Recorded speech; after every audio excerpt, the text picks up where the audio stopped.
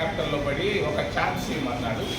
ప్రజలు కూడా ఒక ఛాన్స్ ఇచ్చారు. అయిపోయింది, ఆయన చాప్టర్ అయిపోయింది. ఇంకా దాని గురించి నేను మాట్లాడే ప్రయోజనం లేదు. ఎన్డీఏ లేదు, అక్కడ యూపీఏ లేదు. ఎస్సీ వెల్ఫేర్ సెక్రటరీని కలిశాను. అయ్యా, ఎస్సీ ఫైనాన్స్ కార్పొరేషను ఎలా ఉంచారు, ఏం చేస్తున్నారు అని అడిగారు. ఆయన నోట్లో నుంచి పెదవు కదలేదు. ST welfare, ST finance corporation office ఎక్కడుంది, ఏమి చేశారు గత 5-10 సంవత్సరాలు అడిగితే ఆయన నోరే కదలలేదు. నేను ఎస్ఆర్ శంకరన్ సెక్రటరీగా సోషల్ వెల్ఫేర్ ఉన్నప్పుడు ఆయన ఆఫీస్కి వెళ్ళాను. నిన్న నేను ఆయన ఆఫీస్కి వెళితే అయ్యో కన్నీళ్ళు, ఏమీ లేదు. ఎస్సీల ఫైనాన్స్ కార్పొరేషన్ 0, ఎస్టీల ఫైనాన్స్ కార్పొరేషన్ 0. ఏమయ్యా, మేమేం పాపం చేసావయ్యా? పక్క రాష్ట్రాల్లో లక్షల రూపాయలు ఇస్తున్నారు. ప్రతి ఎస్సీకి 1 లక్ష రూపాయలు తమిళనాడులో ఇస్తున్నారు ట్రాక్టర్లు కొనుక్కోమని. ఏమి ఆంధ్రప్రదేశ్ రాష్ట్రం ఏమి తప్పు చేసిందయా? కర్ణాటకలో ఇస్తున్నారు, అక్కడ ఎస్సీలకు లాభం జరుగుతుంది. ఇక్కడ 20% మంది ఎస్సీలకు ఏమి చేస్తున్నారు? జగన్ ప్రభుత్వంలో ఎస్సీలకు జరిగింది 0, బోడి 0. ఈరోజు ఈ ప్రభుత్వంలో జరుగుతున్నది ఏందో నేను అడిగితే ఆ సెక్రటరీ జవాబే లేదు. నేను ఎందుకు వచ్చానని ఆయనకు తెలియదు. నేను అడిగే ప్రశ్నలకు ఆయన దగ్గర జవాబులు లేవు. ఏమైపోయింది ఆంధ్రప్రదేశ్ రాష్ట్రం? ఎస్సీల పరిస్థితి ఏంటి? ఎస్టీల పరిస్థితి ఏంటి? ఓబీసీలు మైనారిటీల పరిస్థితి ఏంటి? ఏమైపోతా ఉంది ఆంధ్రప్రదేశ్ రాష్ట్రం? విభజన జరిగిన తర్వాత ఏమైపోయింది ఈ రాష్ట్రం? రైతుల పరిస్థితి ఏంటి? రైతు కూలీల పరిస్థితి ఏంటి? ఎవడు అడుగుతున్నాడు? ఎవడు పట్టించుకుంటున్నాడు? నేను అడుగుతున్నాను. చంద్రబాబా, జగన్ బాబా, లేకుంటే శోభన్ బాబా? ఎవరు చెప్పాలి జవాబు? ఎవరు అడుగుతున్నారు? ఎవరు జవాబు చెప్తున్నారు? ఇక్కడ ఎందుకు ఇట్ట అయిపోయింది ఆంధ్రప్రదేశ్? రెండో విషయం జగన్. ఎందుకయ్యా జగన్ మొన్న పోయి అబాస్కు పాలయ్యాడు? దేనికి ధర్నా?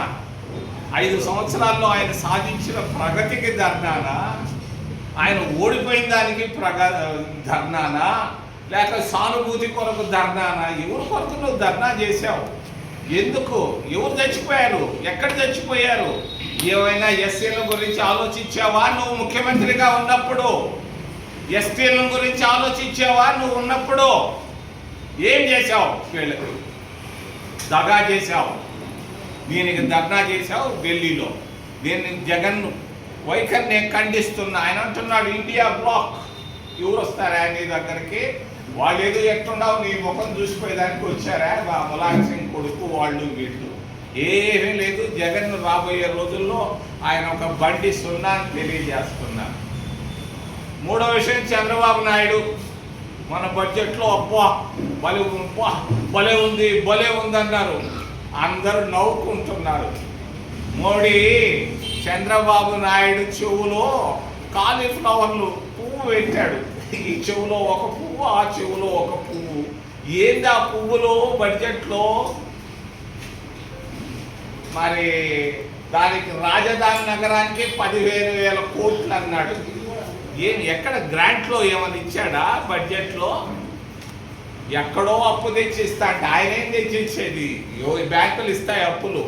నువ్వు దానికేంది? దాన్ని అక్కడ బడ్జెట్లో పెట్టి అబ్బో ఘనంగా నేను అమరావతికి 15,000 కోట్లు పక్క రాష్ట్రాల్లో అడుగుతున్నారు.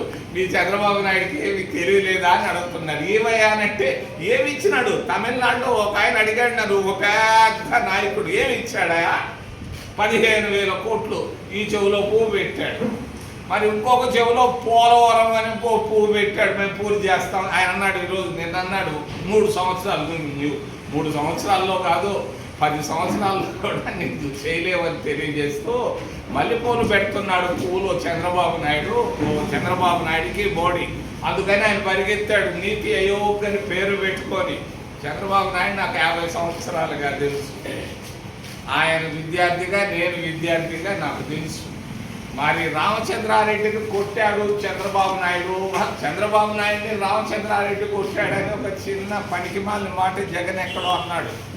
ఇవన్నీ పిచ్చి పిచ్చి మాటలు. చంద్రబాబు నాయుడు ఒక వర్గానికి నాయకుడు, ఆయన కూడా జనతా పార్టీలో ఉన్నాడు. కొట్టుకున్నది లేదు, తిట్టుకొని ఏమన్నా ఉంటే ఉండొచ్చు, కానీ నేనున్నాను ఆ సమయంలో విద్యార్థిగా. చంద్రబాబు నాయుడు ఎస్సీలకు ఏం చేయబోతున్నాడు నేను అడుగుతున్నాను సూటిగా. నీ పోలవరం, నీ రాజధాని పక్కన పెట్టో, 20% ఉన్న ఎస్సీలకు రేపు రాబోయే బడ్జెట్లో నువ్వేం చేయబోతున్నావు? ఎస్సీ ఫైనాన్స్ కార్పొరేషన్ మళ్ళా తిరిగి తీసుకొస్తున్నావా లేదా? ఎస్టీ ఫైనాన్స్ కార్పొరేషన్ నిర్వీర్యమైంది, దాన్ని నువ్వు తీసుకొస్తున్నావా లేదా చంద్రబాబు నాయుడు? నేను అడుగుతున్నాను నిన్ను. ఏ ముఖ్యమంత్రి ఎంత ఖర్చు పెట్టాడంటే నోరే తెరవలేదే. ఏమయ్యా, నేను మాట్లాడేది నీకు వినపడటం లేదా? మీ తిరుపతిలో పోయి మాట్లాడాను, మీ ఊరిలో పోయి మాట్లాడాను, మరి విజయవాడలో మాట్లాడాను, విశాఖపట్నం. దాని గురించి మాట్లాడకుండా పోలవరం పోలవరం పోలవరం, అమరావతి అమరావతి.